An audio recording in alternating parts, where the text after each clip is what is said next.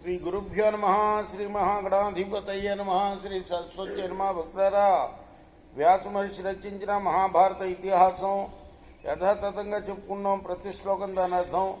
ఇందులో భాగంగా నేటి వరకు మనం ఆదిసభ, అరణ్య, విరాట, ఉద్యోగ, భీష్మ, ద్రోణ, కర్ణ, శల్య, సౌప్తిక, స్త్రీ పర్వాలనే 11 పర్వాలు పూర్తి చేసాం. 18 పర్వాల్లో 12వ పర్వం శాంతి పర్వంలోని 32వ అధ్యాయం వరకు చెప్పుకున్నాం. ఈ రోజున 33వ అధ్యాయం చెప్పుకుందాం. చెప్పుకునే ముందు వ్యాస భగవాను ప్రార్థన చేసుకుందాం. వ్యాసాయ విష్ణు రూపాయ వ్యాస రూపాయ విష్ణవే నమో వై బ్రహ్మనిధయే వాసిష్ఠాయ నమో నమః. నారాయణం నమస్కృత్య నరం చైవ నరోత్తమం దేవీం సరస్వతిం వ్యాసం తతో జయముదీరయే. సమర్థ సద్గురు సాయినాథ్ మహారాజ్ की जय. युधिष्ठिर उवाच हता पुत्राश्च पौत्राश्च भ्रातरः पितरस्तथा श्वशुरः गुरुवश्चैव मातुलाश्च पितामहः क्षत्रियाश्च महात्मानः सम्बन्धिः सुहृदस्तथा वयस्या भागिनेयाश्च ज्ञातयश्च पितामहः बहवश्च मनुष्येन्द्रा नानादेशसमागता घादिता राज्यलुब्धेन मयैकेन पितामह. ఓ పితామహ, వ్యాసుల వారితో అంటున్నాడు, పుత్రులు, సోదరులు, పితరులు, మామలు, గురువులు, మేనమామలు, తాతలు, మహాత్ములైన రాజులు, చుట్టాలు, స్నేహితులు, మేనల్లుళ్ళు, జ్ఞాతులు అందరూ కూడా నా రాజ్యలోభంతో చనిపోయారు. నాకున్న రాజ్యలోభం వల్లనే వాళ్ళందరినీ యుద్ధంలో పాల్గొనేటట్లు చేసి వాళ్ళందరినీ చంపిన వాడిని నేనేనయ్యా. తాంస్తాదృశ్యానకం హత్వా ధర్మనిత్యాన్ మహీక్షితః అసకృత్సోమపాన్ వీరాన్ కిం ప్రాప్స్యామి తపోధన. నిత్యం కూడాను ధార్మికమైన ప్రవర్తనతో చాలాసార్లు సోమపానం చేసిన వీరులైన రాజుల్ని చంపి నేను పొందింది ఏమిటి? దశ్యామ్యనిశమద్యాపి చింతయానః పునః పునః హీనాం పార్థివ సింహైస్తై శ్రీమద్భిః పృథివీమిమాం దృష్ట్యా జ్ఞాతివదం ఘోరం హతాంశ శతశః పరాన్ కోటిశశ్చ నరానన్యాన్ పరితప్యే పితామహ. పితామహ, అది తలచుకుంటేనే రాత్రింబౌళ్ళు నా ఒళ్ళు దహించుకుని పోతుందయ్యా. రాజసింహులు, శ్రీమంతులైన వారందరూ కూడాను లేని ఈ భూమిని చూసి, ఘోరమైన జ్ఞాతి వధను చూసి, వందల కొద్దీ, కోట్ల కొద్దీ చనిపోయిన ప్రజల గురించి కూడా పరితపిస్తున్నాను నేను. కా అనుస్తాసాం పరస్త్రీణాం అవస్థాద్య భవిష్యతి విహీనానాం తు తనయై పతిర్భిర్ భ్రాతృభిస్తథా. కొందరు స్త్రీలు పుత్రుల్ని పోగొట్టుకున్నారు, కొందరు భర్తలను పోగొట్టుకున్నారు, కొందరు సోదరులను పోగొట్టుకున్నారు. ఆ ఉత్తమ స్త్రీల అవస్థ ఎలా ఉంటుందో కదా. ఓ పితామహ, తాతయ్య అంటూ వ్యాసులు వారిని సంబోధిస్తున్నాడు ధర్మరాజు. అస్మానంతకరన్ ఘోరాన్ పాండవాన్ వృష్టి సంహతాన్ ఆక్రోశంచ కృషాదీనః ప్రపతిష్యంతి భూతలే.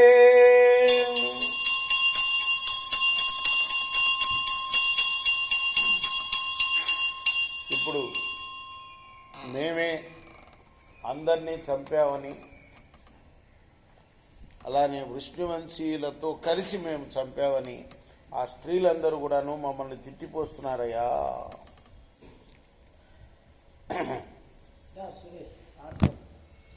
కృషించి నేల కూరుతున్నారు వాళ్ళు.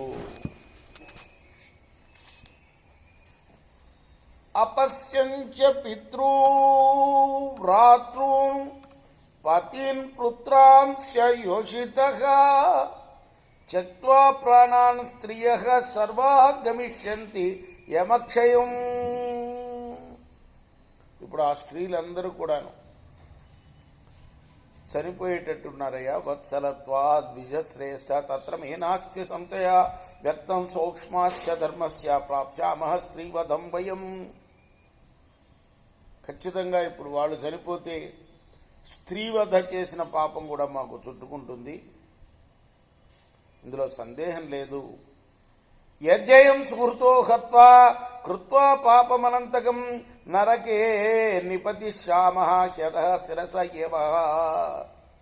స్నేహితుల్ని చంపాం, అంతులేని పాపం చేశాం, ఖచ్చితంగా తలక్రిందులుగా నరకంలో పడతాం. మేము వెళ్ళి శరీరాన్ని విమోక్షామః తపసోగ్రేణ సత్తమ ఆశ్రమాణం విశేషం త్వం అధా చక్ష పితామహ. ఘోర తపస్సు చేసి శరీరాలు విడిచిపెడతామయ్యా. అంచేత ఆశ్రమాల్లో ఎలా ఉండాలో ఆ విశేషాలన్నీ మాకు చెప్పండి. వైశంపాయన ఉవాచ యుధిష్ఠిరస్య తద్వాక్యం శ్రుత్వా ద్వైపాయనస్తథా నిరీక్ష నిప్రంబుజ్య ఋషి ప్రోవాచ పాండవం. ధర్మరాజు యొక్క మాట విన్న తర్వాత వ్యాస మహర్షి చాలా నేర్పుగా ధర్మరాజుతో అన్నాడు. వ్యాస ఉవాచ మాన్ విషాదం కృధా రాజన్ క్షత్రధర్మ మనుస్మరన్ స్వధర్మేణ హతాహ్యతే క్షత్రియ క్షత్రియర్షభా. ఏమయ్యా, క్షత్రియ ధర్మాన్ని పాటించు, ఎందుకు విషాదం చెందుతావు నువ్వు? వాళ్ళు స్వధర్మంలో పాల్గొంటూ స్వధర్మాన్ని ఆచరిస్తూ మరణించిన వాళ్ళు. కాంక్షమాణ శ్రేయం కృత్రాం పృథివ్యాంచ మహర్జశ కృతాంత విధి సంయుక్త కాలేన నిధనం గత. సంపూర్ణ సంపదను, భూమి మీద గొప్ప కీర్తిని కోరుతూ వాళ్ళు చనిపోయారంటే, యుద్ధంలో చనిపోయారంటే ఇక్కడ కీర్తి ఉంటుంది వాళ్ళకి. అక్కడ యముడి దగ్గర కూడాను స్వర్గాన్ని అలాట్ చేస్తాడయ్యా, స్వర్గాన్ని కేటాయిస్తాడు యముడు వాళ్ళకి. సత్వం హంతాన భీమోయన్న అర్జునో నయమానసే కాలః సర్వయధర్మేణ అధర్మేణ కాలః పర్యాయ ధర్మేణ ప్రాణానా దత్తదేహినాం. చంపింది నువ్వు కాదయ్యా, చంపింది భీముడు కాదు, చంపింది అర్జునుడు కాదు, చంపింది నకుల సహదేవులు కూడా కాదు, కాలం చంపిందయ్యా. కాలం ఎవరిని వదిలిపెట్టదు, ఎవరి కాలం సమీపించగానే ఆ కాలం వాళ్ళని తీసుకుపోతుంది. సతస్య మాతాపితరో నామగ్రాహ్యో హి కశ్చన కర్మసాక్షి ప్రజానాం యః తేన కాలేన సంహృత. ఈ కాలానికి తల్లిదండ్రులు ఉండరు, అనుగ్రహింపదగిన వాడు ఎవ్వడు ఉండడు. ప్రజలందరి కర్మలకు సాక్షిభూతుడైన అతడే వారిని అందరినీ తీసుకుని పోతాడు సుమా. హేతుమాత్రమిదం తస్యా విహితం భరతర్షభా యద్ధంతి భూతైర్భూతాని తదస్మై రూపమైశ్వరం. ఈ యుద్ధం అతనికి ఒక నిమిత్తం మాత్రమే. భూతాలతో భూతాలని చంపిస్తూ ఉంటాడు, అది అతని ఈశ్వరీయమైన రూపం, నియంత యొక్క లక్షణం అది. కర్మసూత్రాత్మకం విద్ధి సాక్షిణం సుపాపయో సుఖ దుఃఖ గుణోదర్కం కాలం కాల ఫలప్రదం. జీవుడి యొక్క పుణ్యపాప కర్మల సాక్షి కాలం. కాలమే సుఖం దుఃఖం అనే గుణాలకు ఫలమై కూడా కాలానుసారంగా కర్మల ఫలితాన్ని ఇస్తుంది. తేషామపి మహాబాహో కర్మాణి పరిచింతయ వినాశహేతుకాని త్వం ఏస్తే కాలవశంగత. ఆ రాజుల కర్మలను కూడా నువ్వు ఆలోచించు, అన్నీ వినాశ కారణాలే, వాటి వల్లనే వాళ్ళు నశించిపోయారు.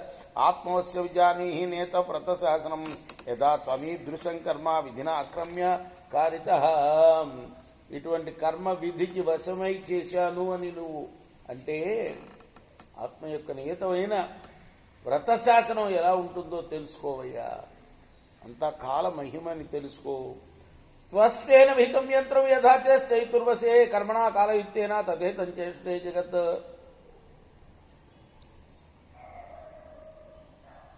వడ్రంగి చేస్తాడు యంత్రం, కానీ అది ఎవరి వశంలో ఉంటుంది? తిప్పేవాడి వశంలో ఉంటుంది. కాబట్టి కాలుడు ఏర్పరిచిన కర్మంతోనే జగమంతా ప్రవర్తిస్తూ ఉంటుందయ్యా. ఈ కాలచక్రం తిరిగేది దేనివల్ల? ఆ కాలుడి వల్ల. ఆ చక్రం తయారు చేసింది ఎవరు? కాలుడు.